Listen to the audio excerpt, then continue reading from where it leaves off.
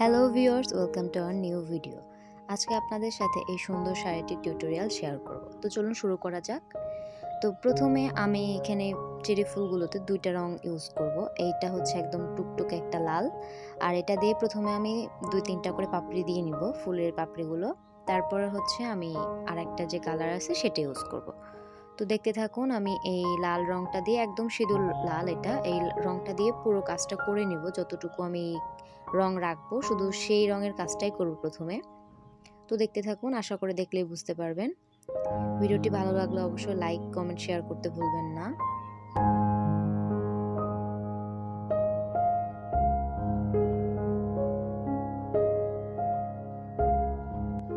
দেখুন, এক এক করে আমি সবগুলো যতগুলো পাপড়ি এই রংটা দিব সবগুলো দিয়ে নিলাম। এরপরে আমি আরেকটি কালার, এটা হচ্ছে একটু লাল খয়েরি কালার, এটা দিয়ে আমি যে বাকি পাপড়িগুলো বাকি আছে সেগুলো এঁকে নিব। ঠিক আছে, এটা কিন্তু চেরি ফুল, এটা পুরো শাড়িটা একদম চেরি ফুলের কাজ করা। আর এই রং দিয়ে এখন আমি বাকি ফুলগুলো করার পর দেখুন ফুলগুলো একদম কমপ্লিট হয়ে যাবে।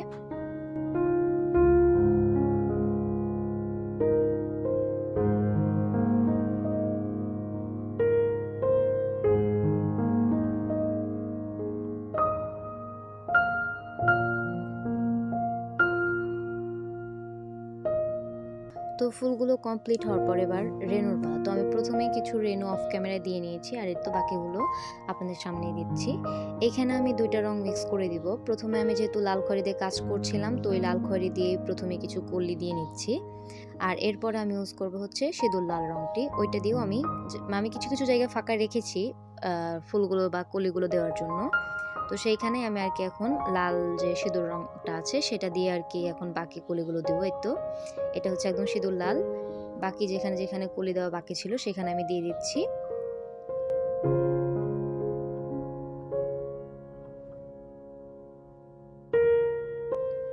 তো আমার কলিগুলো দেওয়া শেষ হয়ে গেলে আমি এবার কালো রঙের সাহায্যে ডালপালাগুলো এঁকে নিব। এই তো এটা একটা কালো রং, একদম কালো। তো এগুলো দিয়ে আমি ফুলের যে কলিগুলো দিয়েছি সেগুলো একদম ডালপালা দিয়ে জয়েন করে দিব এবং ফুলের মাঝখানে রেনু দিব। তো রেনুতে কিন্তু আমি আবার পরে কিছু হলুদ, হালকা হলুদ দিয়ে ডট ডট দিয়েছি, যেটা আর কি মেইন রেনু কলির ভিতরে, ওটার কারণে আর কি বেশি সুন্দর লাগে। তো এই তো আমি কিন্তু ধীরে ধীরে সবগুলো দেখেন ডালপালা করে নিব। আমি এখানে তেমন কিছু ফুলগুলো জয়েন করিনি একটা আরেকটার সাথে, এখানে জাস্ট হচ্ছে কলিগুলো ফুলের সাথে জয়েন করে দিয়েছি। আর অনেক বেশি কলি, অনেক বেশি ফুল দিয়ে একদম কাজটা ঘন করে করা আছে। তো আশা করি আপনার পুরো ভিডিওটি দেখতে পারলে খুব সহজে বুঝতে পারবেন যে আমি কিভাবে কি করেছি।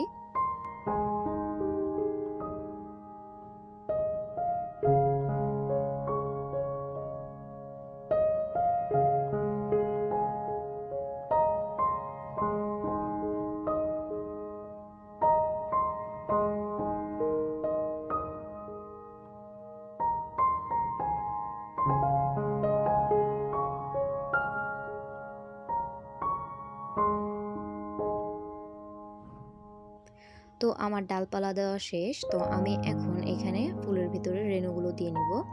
এটা একদম হালকা হলুদ কালার, আর হালকা হলুদ আমি এটা হোয়াইট পেস্ট দিয়ে তৈরি করেছি যাতে একটু ভালো ফুটে। আসলে না ফুটলে তো রেনুগুলো বেশি একটা ভালো লাগবে না, তো সেই জন্য আর কি।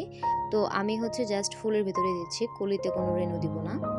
তো এইখানে আমি সবগুলো ফুলে একদম এক এক করে রেনুগুলো দিয়ে নিব। দেখুন,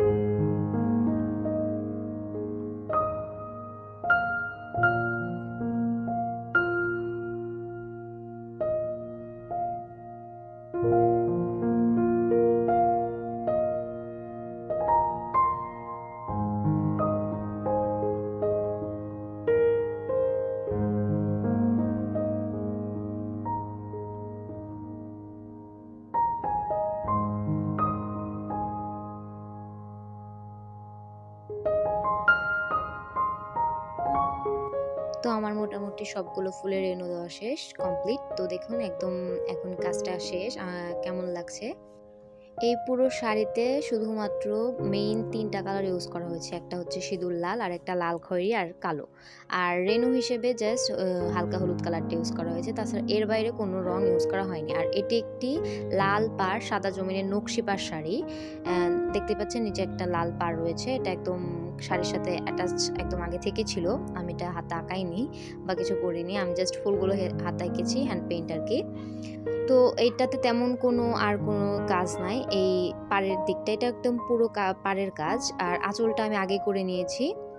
তো আশা করি আপনাদের ভিডিওটি ভালো লেগেছে, আর ভিডিও ভালো লাগলে অবশ্যই লাইক কমেন্ট করবেন, পাশে থাকার চেষ্টা করবেন। আপনাদের লাইক কমেন্ট কিন্তু আমাদের অনুপ্রেরণা দেয়।